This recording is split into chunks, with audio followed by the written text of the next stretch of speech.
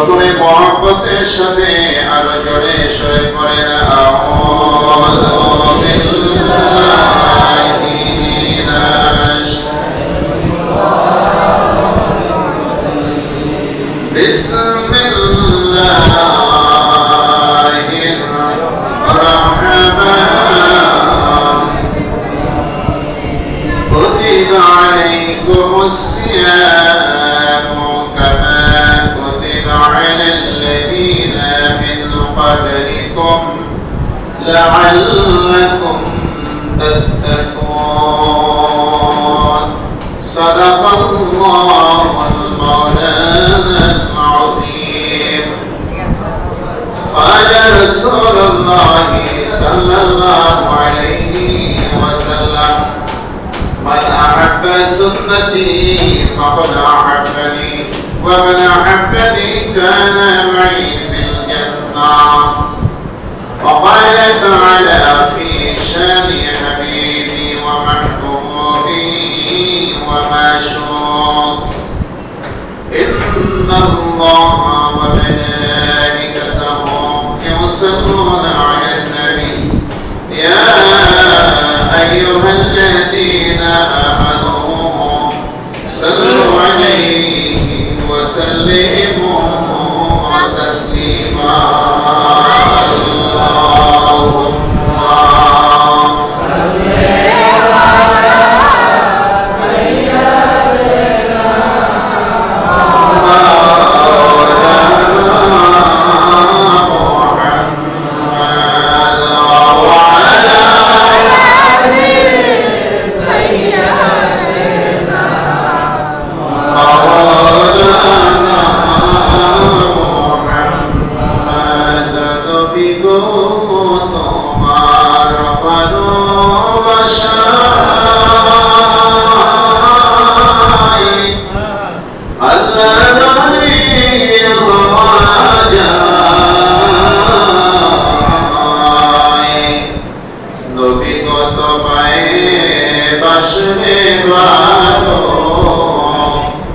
صل على سيدنا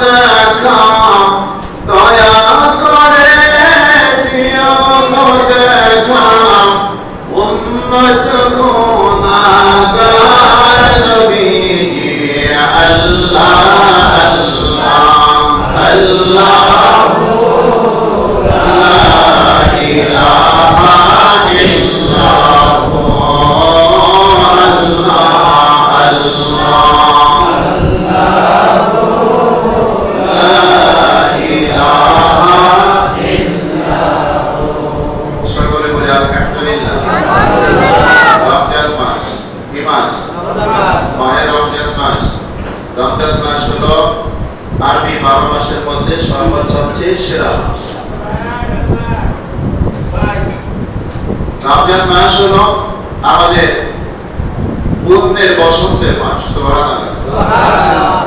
বসন্তের মাস হলো বছরের যে ৬টা ঋতু। আমাদের দেশে ঋতু কয়টা? ৬টা। তো ফাল্গুন ও চৈত্র হলো বসন্ত ঋতু। বসন্ত মানে ফুল ফলে পরিপূর্ণ থাকে, আবহাওয়া এত সুন্দর থাকে, যার কারণে এই 2 মাসকে বসন্ত বলা হয়। তো আমাদের আরবি 12 মাসের মধ্যে রমজান মাস হলো পুণ্যের বসন্ত মাস। এই রমজান মাসে এত অধিক পরিমাণে নেকি অর্জন করা যায় যা অন্য মাসে সম্ভব না। এই মাসেই আল্লাহ রাব্বুল আলামিন পবিত্র কুরআনুল কারীম নাযিল করেছেন, বলে সুবহানাল্লাহ। এই মাসে একটা রজনী আমাদেরকে দিয়েছেন, যে রজনীতে এক রজনী ইবাদত করলে 1000 মাসের চেয়েও বেশি সওয়াব আল্লাহ তাআলা আমাদেরকে দান করেন। রমজান মাসের প্রথম জুমায় মহান রব্বুল আলামিন আমাদেরকে মেহেরবানি করে সুস্থ রেখে বিপদ আপদ থেকে মুক্ত রেখে মসজিদে আসার সুযোগ করে দিয়েছেন। এজন্য সেই মহান মনিবের দরবারে আমরা কোটি কোটি শুকর আদায় করি, বলি আলহামদুলিল্লাহ। আর একটু জোরে বলেন আলহামদুলিল্লাহ। মনের খুশিতে, মনের অন্তরে, অন্তঃস্থল থেকে আবারও শুকর আদায় করেন আলহামদুলিল্লাহ। সুবহানাল্লাহি ওয়া বিহামদিহি ওয়া সুবহানাল্লাহিল আযীম। আমার আল্লাহ তাআলা আমাদেরকে ভালোবেসে রমজান মাস আমাদের জন্য নাযিল করেছেন, রহমাতাল লিল আলামিনকে পাঠিয়েছেন আমাদেরকে অন্ধকার জগৎ থেকে আলোর জগতে নিয়ে আসার জন্য। তাই রমজানের প্রথম জুমায় উপস্থিত সম্মানিত ওলামায়ে কেরামগণ, মসজিদের সম্মানিত সাধারণ সম্পাদক আল্লাহ সাইদুর রহমান সাহেব ভাইজান সহ দূর দূরান্ত থেকে আগত এবং অত্র এলাকার আমার প্রাণপ্রিয় আশিকান জাকেরান মুসলমান ভাইরা, সকল বয়সী, সকল শ্রেণী ও পেশা এবং সকলের প্রতি, পর্দার আড়ালের মা বোনদের প্রতি আমি সশ্রদ্ধ সালাম জানাই। আসসালামু আলাইকুম ওয়া রাহমাতুল্লাহি ওয়া বারাকাতুহু। সালাম দেওয়া কি জোরে বলেন? তোমরা কেন বলো না? সালাম দেওয়া কি সুন্নাত, জবাব দেওয়া ওয়াজিব। সালামের ওয়াজ মনে আছে তো? মানে ইমাম সাহেব দেখলে সালাম দেবেন, মাতবর দেখলে সালাম দেবেন, মেম্বার চেয়ারম্যান দেখলে সালাম দেবেন। ঘরে স্ত্রী, মা বাবা, ভাই বোনকে সালাম দেওয়ার দরকার নাই, কি বল? হ্যাঁ, দরকার আছে নি? তো বুঝলাম বাড়ি থেকে দিকে সালাম নিয়ে আসছেন, হাতে কথা কয়ে যদি দরকারই হইতো তো দিকেই তো আসতেন। আমার প্রিয় নবীজি বলেন, মান আহাব্বা সুন্নতি ফাকাদ আহাব্বানি। এটা তো মুখস্থ ওয়াজ, অন্তত আমি করি। আমার মসজিদে যারা মুসল্লি তাদের মুখস্থ হয়ে গেছে যে মান আহাব্বা সুন্নতি ফাকাদ আহাব্বানি। আমার দয়াল নবী, প্রিয় নবী, আমার প্রাণের নবী রাহমাতাল লিল আলামিন বলেন যে আমার সুন্নাতকে ভালোবেসে আমল করবে, সেজন্য আমি নবী আমাকেই ভালোবাসি। মান আহাব্বানি কানা মাই ফিল জান্নাহ। যে আমাকে ভালোবাসে সে আমার সাথে, আমার পাশেই জান্নাতে থাকবে। এর চেয়ে সুসংবাদ আর কি চাই? হ্যাঁ, আছে নি? এর চেয়ে সুসংবাদ আর নাই। গাড়ে সিজদা, মদিনায় একটা পাহাড়, গাড় মানে হলো একটা গুহা। এই গুহার মধ্যে আমার দয়াল নবীজি সিজদায় পড়েছিলেন। কার জন্য?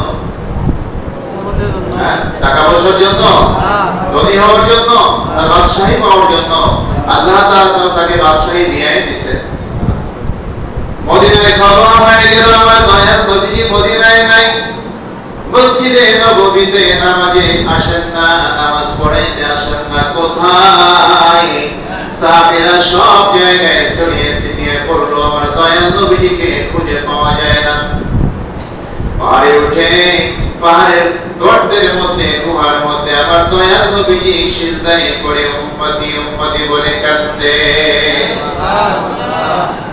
চোখের পানিতে গুহা ভিজায় ফেলছে।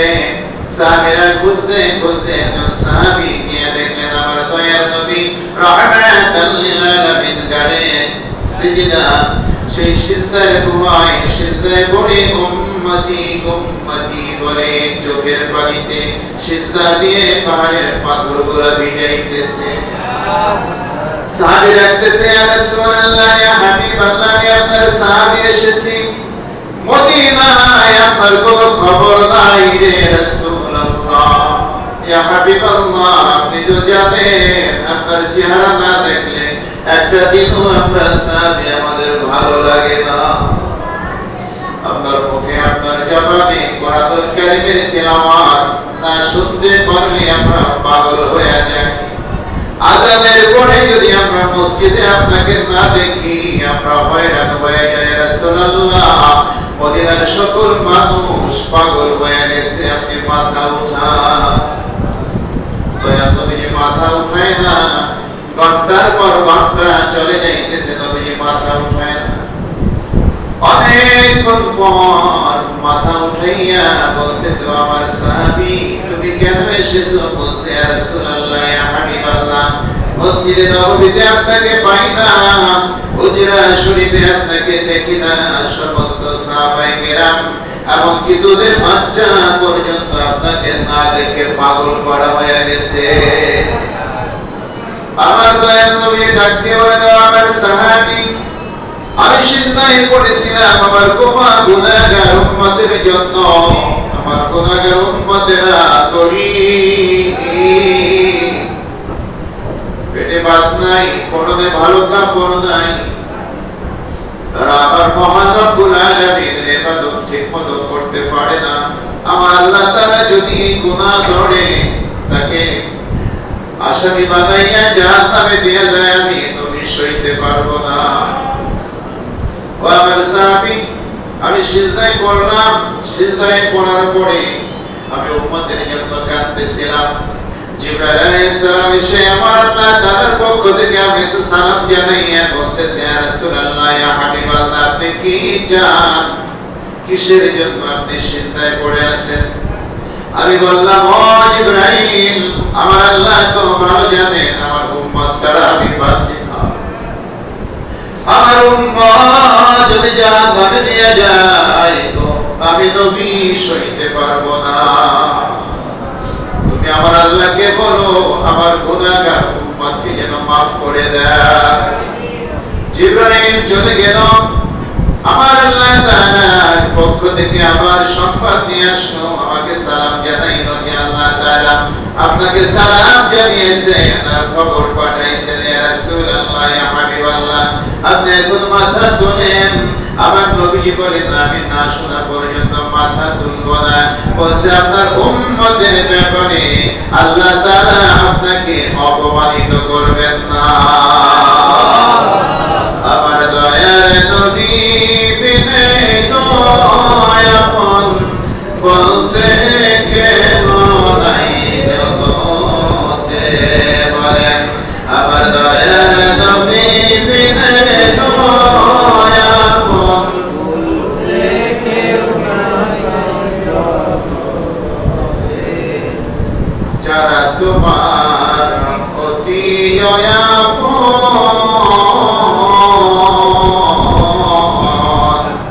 তারাই তোমায় গোসল দিয়া পড়াইবে কাফন, ও তারাই তোমায় কবর দিবে, ও তারাই তোমায় কবর দিবে, বাঁশের চালি দিয়া রে আপন বলতে কেউ নাই জগতে, বলেন দয়ার নবী বিনে আপন বলতে কেউ নাই জগতে। আল্লাহুম্মা সাল্লি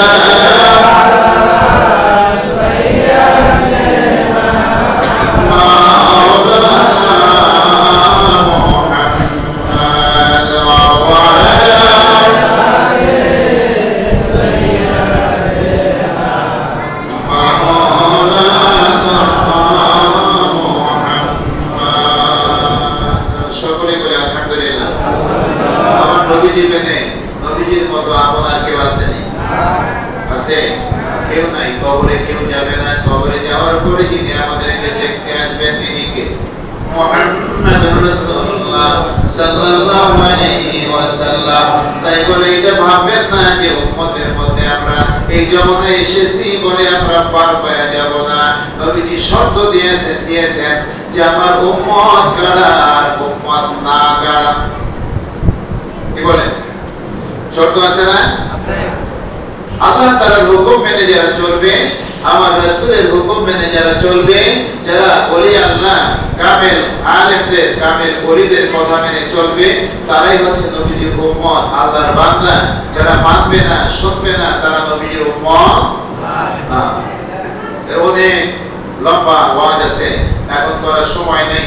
রমজানের কয়েকটা হাদিস আপনাদেরকে শোনাবো, আমার দয়া নবীজি বলেছেন। তাই আমার প্রিয় ভাইরা, আমরা এখন এমন একটা সাগরের মধ্যে আছি, যে সাগরটা কি জানেন?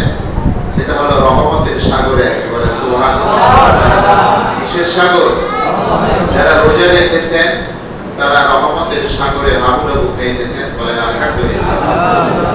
আমার প্রিয় ভাইরা, দয়া নবীজি ইরশাদ করেন, কুল্লু আমালি ইবনি আদম ইউদাইফুল হাসানাতু বিআশরি আমসালিহা ইলা 700 يعترف قال الله تعالى إلا الصوم فإنه لي وأنا أجزي به. আমার দয়াল নবী রাহমাতাল লিল আলামিন বলেন যে দুনিয়ার সমস্ত আমল আল্লাহ রাব্বুল আলামিন 10 গুণ থেকে শুরু করে 700 গুণ পর্যন্ত বাড়ায় দেন। বলেন সুবহানাল্লাহ। কত গুণ? 700। যদি বলেন কত গুণ? 700 গুণ পর্যন্ত বাড়ায় দেন। আমার আল্লাহ বলেন আমি বাড়ায় দিয়ে থাকি, কিন্তু আমি আল্লাহ তাআলা এই রোজা স্পেশাল ভাবে তোমাদের মাঝে দিয়েছি। স্পেশাল সেটা কি? ফাইন্নাহু লি ওয়া আনা আজজি বি। এই রোজা আমি আল্লাহ তাআলা আমার জন্য আমি পালন করতে বলেছি, আর এই রোজার পুরস্কার আমি আল্লাহ আমার নিজে হাতে দান করব। রাওয়াহুল বুখারী, বুখারী শরীফের হাদিস।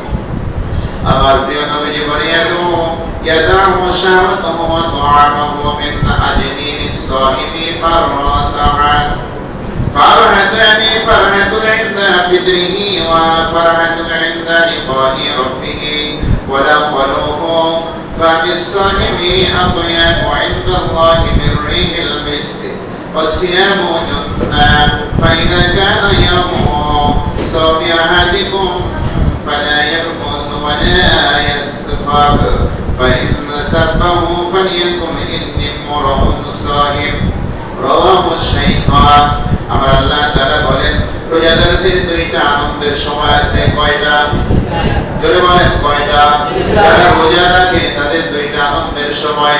একটা আনন্দের সময় হলো ইফতারের সময়। কোন সময়? ইফতারের সময়। আর একটা আনন্দের সময় হলো আল্লাহ তাআলার কাছ থেকে পুরস্কার নেওয়ার সময়। এটা শুধু তারাই উপলব্ধি করতে পারে, অনুভব করতে পারে যারা রোজাদার। কি বলেন? যারা রোজাদার। কিন্তু যারা রোজাদারের মধ্যে আবার পার্থক্য আছে না নাই? রোজাদার কয় ধরনের? আমার দৃষ্টিতে রোজাদার দুই ধরনের। কয় ধরনের? একটা হলো লোক দেখানো রোজাদার, রোজা রাখে আবার ঘুষও খায়। রোজা রাখে আবার নামাজ পড়ে না। রোজা রাখে মুখের ভাষা, অশ্লীল ভাষা ছাড়ে না। রোজা রাখে গান বাজনা শোনা ছাড়ে না। রোজা রাখে বাজে কথা ছাড়ে না। রোজা রাখে মানুষের কিমাত করা বাদ দেয় না। আছে না এরকম রোজাদার? এরা আসলে রোজাদার না। আমার আল্লাহ রাব্বুল আলামিন বলেন এদেরকে রোজাদার বলা হয় না। রোজাদার হলো সুবহ সাদিক থেকে সূর্যাস্ত ইফতার পর্যন্ত কামার কামাচার সহ আল্লাহ তাআলার হুকুম যারা পরিপূর্ণভাবে মেনে চলে তাদেরকে বলা হয় রোজাদার। কিন্তু যারা রোজা রেখে না খেয়ে থাকে, কি কোনো গুনাহ থেকে তারা বাঁচে না, গুনাহ থেকে নিজেকে বিরত রাখে না, আমার আল্লাহ বলে এই ধরনের না খেয়ে থাকা আমি আল্লাহ আমার কাছে কোনো মূল্য নাই। কি বলেন? আমার কথা বুঝতে পারছেন? আর এক নাম্বার রোজাদার হলো কারা? যারা রোজা রাখে আমার আল্লাহ আল্লাহ রাসূলের একটা কথা বাদ দেয় না। যা আদেশ আছে আদেশগুলো পালন করে, যা নিষেধ আছে সেগুলো বর্জন করে চলে। রোজা রেখে মিথ্যা কথা বলে না, রোজা রেখে ওজনে কম দেয় না, রোজা রেখে মানুষের বিপদ করে না, রোজা রেখে মুনাফিকি করে না, রোজা রেখে মানুষের উপরে জুলুম করে না, রোজা রেখে বলে না যে তাড়াতাড়ি ঘুষের টাকা দিলে দাও, আসরের নামাজের সময় হয়ে গেছে, নামাজে যাব।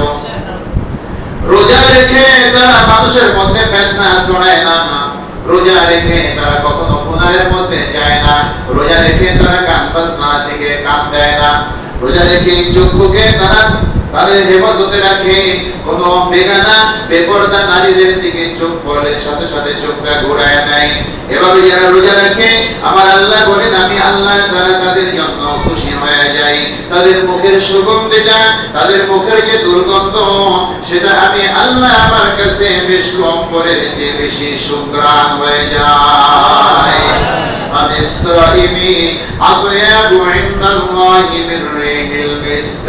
ওই সমস্ত রোজাদারের মুখের দুর্গন্ধ আমি আল্লাহ মৃগ নবীর চেয়ে কস্তুরীর চেয়ে বেশি সুগন্ধি লাগে, বলেন সুবহানাল্লাহ।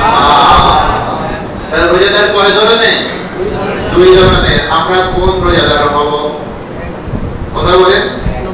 যারা গীবত করে, মানুষের গুনাহ করে, যাদের মধ্যে অহংকার আছে, হিংসা আছে, এদের মুখ থেকে অনবরত দুর্গন্ধ ঝরতে থাকে, সে না খায় থাকুক আর খাইয়া থাকুক।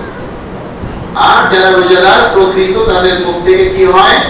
বেশ কম করে তাদের মুখে যে ঘ্রাণটা বের হয় এটা আল্লাহ তাআলার কাছে সুঘ্রাণ হিসেবে কবুল হয়। হাসরের ময়দানে যখন লক্ষ লক্ষ নয় কোটি কোটি অসংখ্য অগণিত মানুষ হাসরের ময়দানে উঠবে, তখন প্রথম 50,000 বছর কিয়ামতটা হিসাব নিকাশের সময় থাকবে। কত সময়? 50,000 বছর। তো এই সময়টা মানুষ সেখানে দাঁড়ায় থাকবে। কিন্তু যারা রোজাদার, এই যে দিনের বেলা হোটেলের মধ্যে যায় খায়, ঘরের মধ্যে যায় খায়, স্ত্রী রোজা রাখে, স্ত্রীকে দিয়ে জোর করে ভাত রান্না করায় খায়, এই ধরনের পাবলিক আমাদের দেশে আছে না নাই? কথা কথা আছে না নাই? আসলে ময়দানে এই সমস্ত স্ত্রীদেরকে, রোজাদারদেরকে আল্লাহ তাআলা যখন কিয়ামত কায়েম হয়ে যাবে, বিচার শুরু হয়ে যাবে, রায়হান নামক একটা জান্নাতের গেট আছে, এই গেটের মধ্যে ফেরেশতাদেরকে বলবে, ও ফেরেশতারা, যারা রোজাদার তাদেরকে তোমরা বেছে বেছে বের করে নিয়ে আসো। ফেরেশতারা বলবে, ইয়া রাব্বুল আলামিন, রোজাদারদেরকে কিভাবে বের করব? আমার আল্লাহ তাআলা ঘোষণা করবেন, রোজাদারের মুখের কাছে তোমার নাক লাগায়া দেখো, বেশ কম্বলের মতো ঘেরান তার মুখ থেকে বের হইতেছে, বলেন সুবহানাল্লাহ। ওই বেশ কম্বলের সুঘ্রাণ গুলো শুকে শুকে এই রায়হান নামক জান্নাতের গেটের মধ্যে ঢুকায়া দাও। জান্নাতের মধ্যে ঢুকায়া দেবে। ওই 50,000 বছর তাদেরকে ওই সূর্যের নিচে ঘামের মধ্যে ওই অন্ধকার জায়গায় তাদেরকে থাকতে হবে না। রায়হান নামক জান্নাতের গেটে ঢুকে তাদেরকে জান্নাতি খাবার এনে দিবে। ফেরেশতারা বলবে, ও আল্লাহ তাআলার প্রিয় বান্দা বান্দীরা, তোমরা দিনের বেলায় রোজা রেখেছো, আল্লাহ তাআলার হুকুম মেনেছো, স্বামী স্ত্রী সব জায়েজ ছিল, কিন্তু তারপরও আল্লাহর হুকুম নিষিদ্ধ ছিল রোজা অবস্থায়। তোমরা কাছাকাছি থাকার পরেও তোমরা স্বামী স্ত্রী মিলিত হও নাই। কত সুযোগ ছিল, ঘরে বসে যদি তুমি বিরিয়ানি খাও, শরবত খাও, কেউ তোমাকে দেখতো না, আমি আল্লাহ আমি ছাড়া। কিন্তু তোমরা শরবত খাও নাই, পানাহার করো নাই, আমি আল্লাহ আমাকে বিশ্বাস করে, আমাকে ভালোবেসে আমার হুকুম পালন করেছো। আমার আল্লাহ তাআলা ডেকে ডেকে বলবে, ও আমার বান্দা বান্দীরা, এইজন্য তোমাদেরকে এই রায়হান নামক গেটের মধ্যে, সম্মানের গেটের মধ্যে ঢুকায়া তোমাদেরকে জান্নাতি খাবার দেওয়া হলো। যারা রোজা রাখে নাই তারা তাকায় তাকায় দেখবে, আর তোমরা এখন জান্নাতি খাবার খেতে থাকো।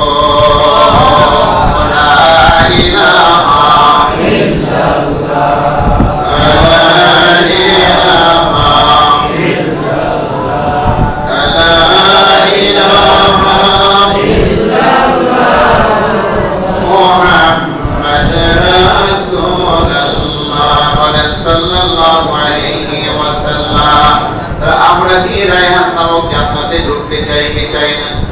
কারা কারা চান? হাত তুলে দেখা। নারায়ে তাকবীর, নারায়ে তাকবীর, নারায়ে রিসালাত, নারায়ে রিসালাত। পবিত্র রমজান মোবারক, পবিত্র জুমা মোবারক। নারায়ে থাকবি?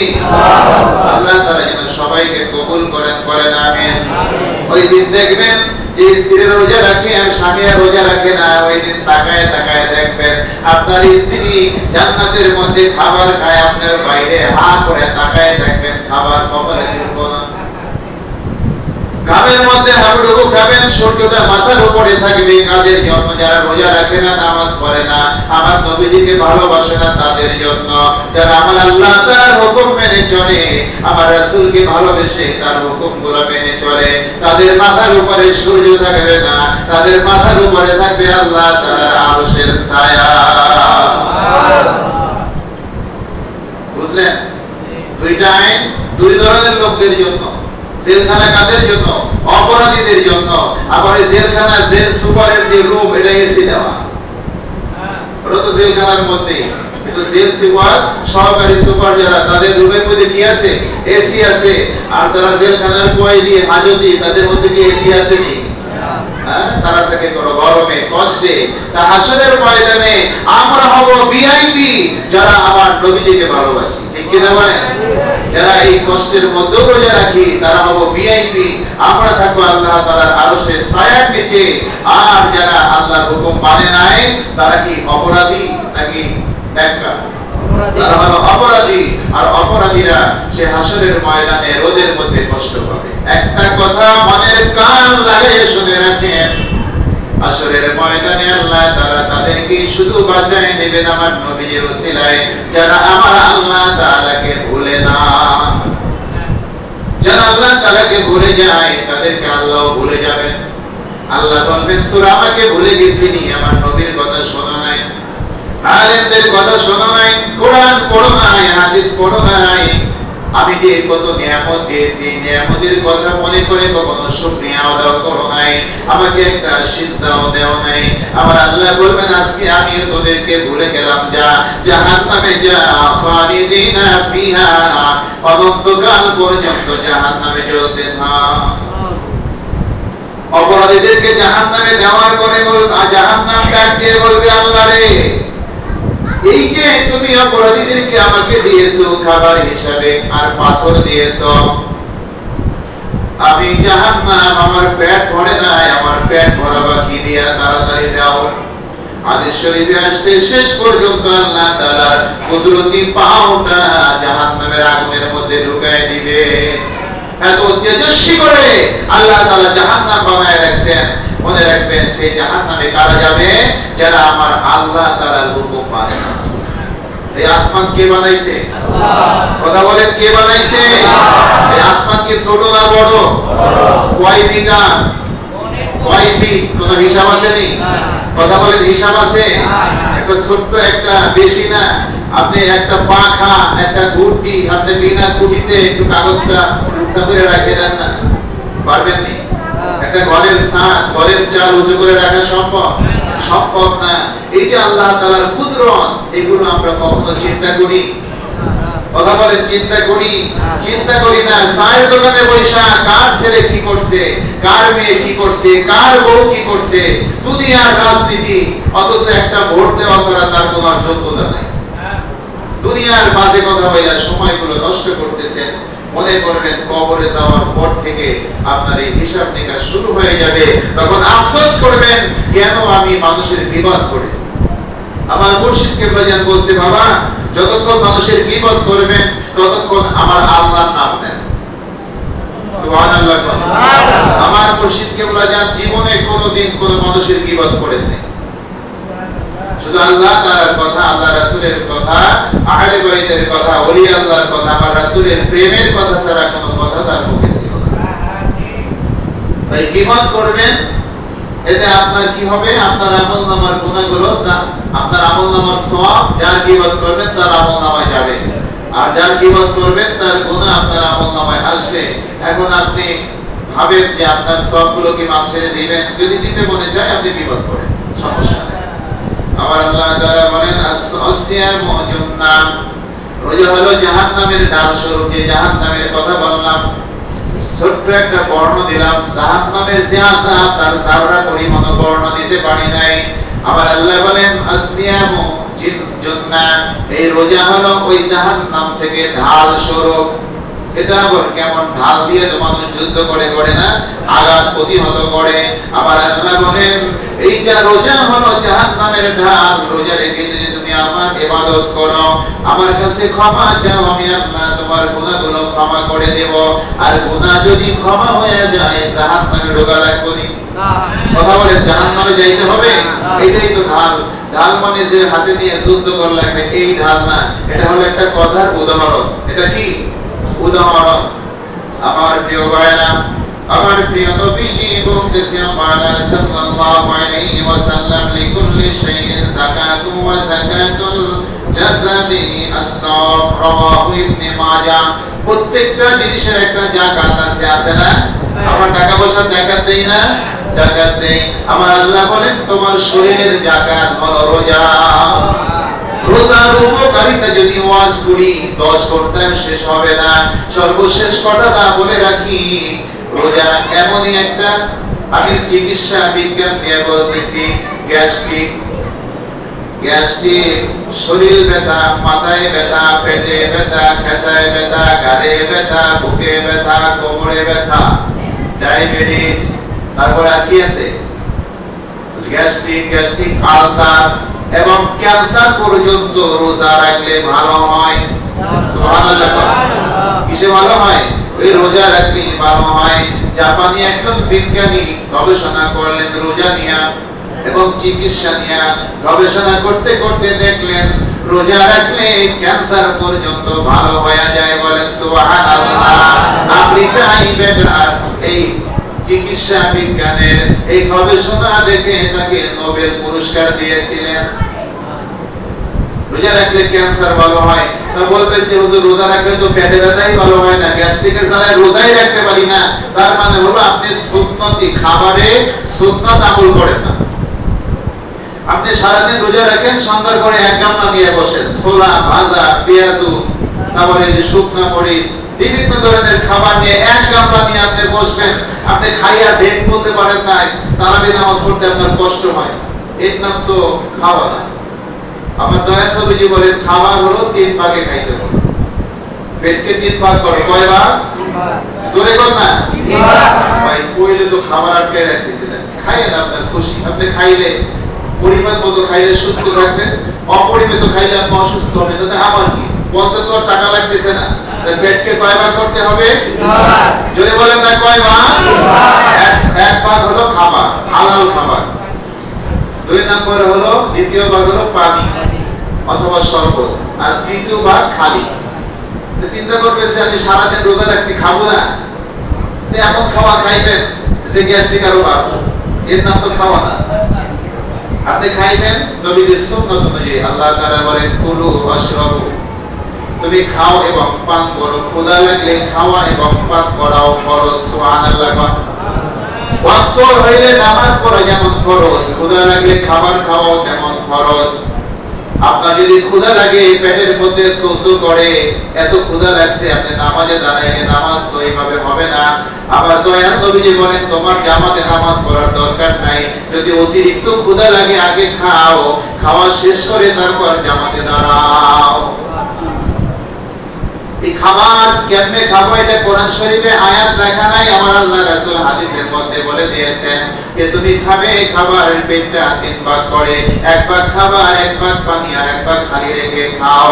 আমার আল্লাহ রব্বুল আলামিন তোমার শরীর সুস্থ রাখবেন, তোমার রোগ ভালো করবেন। এই পৃথিবীতে যত গ্যাস্ট্রিকের রোগী আছে, আমি একদিন বলেছিলাম 13,000 কোটি টাকার বেশি টাকা বিক্রি হয় শুধু গ্যাস্ট্রিকের ওষুধ। আমি বলি নাই, বাংলাদেশে যারা ওই গবেষণা করছে, মানে ওরা কি বলে, তদন্ত করে বের করছে 13,000 কোটি টাকার বেশি গ্যাস্ট্রিকের ওষুধ বিক্রি হয়েছে। তো এই টাকাটা আমাদের পকেট থেকেই তো যায়, যায় না? কেন যায়? আমরা সুন্নতের আমল করি না, সুন্নত অনুযায়ী চলি না। আমাদের বিপদ আপদ যা ঝামেলা সবকিছু কমে যাবে। আপনি কোনো বিপদে পড়বেন না, আপনি অসুস্থ হবেন না। ছোটখাটো অসুস্থ এটা আল্লাহ দিবে পরীক্ষা করার জন্য, বড় ধরনের অসুখ আপনার হবে না যদি এখন থেকেও যদি আমার নবীজির সুন্নতের আমল করতে পারেন। যত বিপদ আছে আপনার আর আমার, এটা আমাদের নিজের কামাই করা, এটা কোরআন শরীফের কথা। আমার কথা না, রাগ করেন না, রাগ করে কোনো লাভ নেই। আল্লাহ বলেন তোমাদের যত বিপদ আপদ জলে এবং স্থলে আসে এটা তোমাদের দুই হাতের কামাই। তাই মনে রাখবেন, আমরা এখনো যদি আমার নবীর সুন্নাতের আমল করে চলি, তাহলে আমার নবীজিকে ভালোবাসা হবে, আমার নবীজির সাথে জান্নাতে থাকতে পারবো, দুনিয়ায় শান্তি হবে, আখিরাতেও শান্তিতে থাকতে পারবো। আর যখনই আমরা নবীর তরিকা থেকে বিচ্যুত হয়ে যাব, তখন দুনিয়ায় অশান্তির কোনো শেষ থাকবে না। আমি তাফসিরে মারিফুল কোরআনে পড়ছিলাম একটা হাদিস, আবার আল্লাহ তাআলা বলতেছেন, হে আমার প্রিয় নবী, যখন দুনিয়ার মানুষ আমাকে বাদ দিয়া যখন দুনিয়ার মানুষের উপরে তারা কি করে নির্ভর হয়, দুনিয়ার মানুষকে তারা খোদা ভাবে, তখন তাদের উপরে আমি এত আযাব দেই, তাদের উপরে আমি জালেম সরকার চাপায় দেই, তাদেরকে আমি কষ্টে রাখি। আর যখন দুনিয়ার মানুষ আমার উপরে ভরসা করে, আমার হুকুম মেনে চলে, আমি আল্লাহ তাদের উপরে ন্যায় শাসক নির্বাচন করে দেই, তাদের উপরে শাসক ন্যায় বিচার করে, তারা কষ্টে থাকে না। এটা কার হুকুম? এই আসমান কার? জমিন কার? আমরা কার? আমরা কার হুকুমে চলবো? আল্লাহর হুকুমে। এটা সর্বক্ষেত্রে, কোন ক্ষেত্র এমন কোন ক্ষেত্র নাই যেখানে আল্লাহর হুকুম নাই, যেখানে রাসূলের হুকুম নাই, এমন কোন ক্ষেত্র নাই, সব জায়গায় আছে। আরেকটা হাদিস বলে শেষ করব। হাদিসটা হলো, আমার আল্লাহ রাব্বুল আলামিন বলতেছেন যে যারা তারাবি নামাজ পড়ে না, কথা বল না, আমরা তারাবি নামাজ পড়ি, আমার আল্লাহ বলে রাত্রে যারা সিজদা দেয়, তারাবি নামাজ রাতে পড়ি না দিনে? রাতেই তো পড়ি। যারা পড়েন না তারা মনোযোগ দিয়ে শুনবেন, যারা পড়েন তারাও শুনবেন। আল্লাহ তাআলা বলেন, তাহার প্রত্যেকটা সিজদার পরিবর্তে আমার আল্লাহ তাআলা তাহাকে ১৫০০ বছরের সওয়াব দান করবেন। কয় হাজার বছর? ১৫০০ বছরের সওয়াব দান করবেন। বেহেশতের মধ্যে ইয়াকুত পাথরের একটা বাড়ি নির্মাণ করে দিবেন। ওই বাড়িখানির ৬০,০০০ গেট থাকবে, বলেন সুবহানাল্লাহ। কয় হাজার গেট? ৬০,০০০। ৭ না, ৬০ মানে ৬০, বুঝেন নাই? ৬০,০০০ ফটক থাকবে, প্রত্যেকটা ফটকে লাল ইয়াকুত মণ্ডিত স্বর্ণের একটি প্রসাদ থাকবে। মানে প্রত্যেকটা গেটেই আবার এক একটা বাড়ি থাকবে, প্রত্যেকটা ফটকে ইয়াকুত মণ্ডিত স্বর্ণের একটি প্রসাদ থাকবে। যে ব্যক্তি প্রথম রমজানের রোজা রাখে, আল্লাহ তাআলা তার অতীত রমজানের ওই তারিখ পর্যন্ত সকল গুনাহ মাফ করে দিবে। যারা রোজা রাখছি আমাদের গুনাহ মাফ হয়ে গেছে, যারা রাখেন নাই তাদের কিন্তু মাফ হয় নাই। এখনো রাখেন, রোজা রাখা আল্লাহর কাছে মাফ চান, আল্লাহ মাফ করে দিব। আমার প্রিয় ভাইরা, প্রত্যেকদিন ভোর হইতে সন্ধ্যা পর্যন্ত ৭০,০০০ ফেরেশতা রোজাদারদের জন্য ইস্তিগফার করতে থাকে, এবং রোজাদারের প্রত্যেকটা সিজদার কারণে বেহেশতের মধ্যে এমন একটা ছায়াদার গাছ সৃষ্টি করে দেন, যে উহার ছায়ায় ঘোর সবচেয়ে সর্বোচ্চ তেজস্বী ঘোড়া ৭০০ বছর পর্যন্ত দৌড়াইতে পারে। সুবহানাল্লাহ কইয়া না, আমরা মনে হয় লাগবো না, তাই না? ৭০০ বছর পর্যন্ত একটা ঘোড়া দৌড়বে, এবার একটা গাছ আল্লাহ তাআলা সৃষ্টি করবেন। কিসের কারণে? হ্যাঁ, আমার প্রিয় ভাইরা, সওয়াবের কোনো শেষ নাই। তাহলে আপনার রোজা কি ছাড়বো না রাখবো?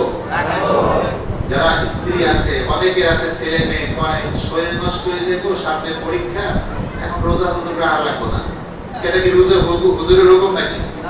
হ্যাঁ, কার হুকুম? আল্লাহর হুকুম। আল্লাহর কাছে যায় কয় যে আল্লাহ, পরীক্ষা ছিল, রোজা রাখতে পারি নাই, শারীরিক তখন দেখবেন যে কেমন লাগে। মনে রাখবেন, আল্লাহর হুকুম না মানলে অশান্তির কোনো শেষ নাই, আর আল্লাহর হুকুম মানলে শান্তির অভাব নাই। আল্লাহ তাআলা যেন আমাদের সবাইকে সুস্থ রাখেন, রোজা রাখার তৌফিক দেন, রমজানের সকল নিয়ামত আল্লাহ তাআলা আমাদেরকে যেন দান করেন, বলেন আমিন।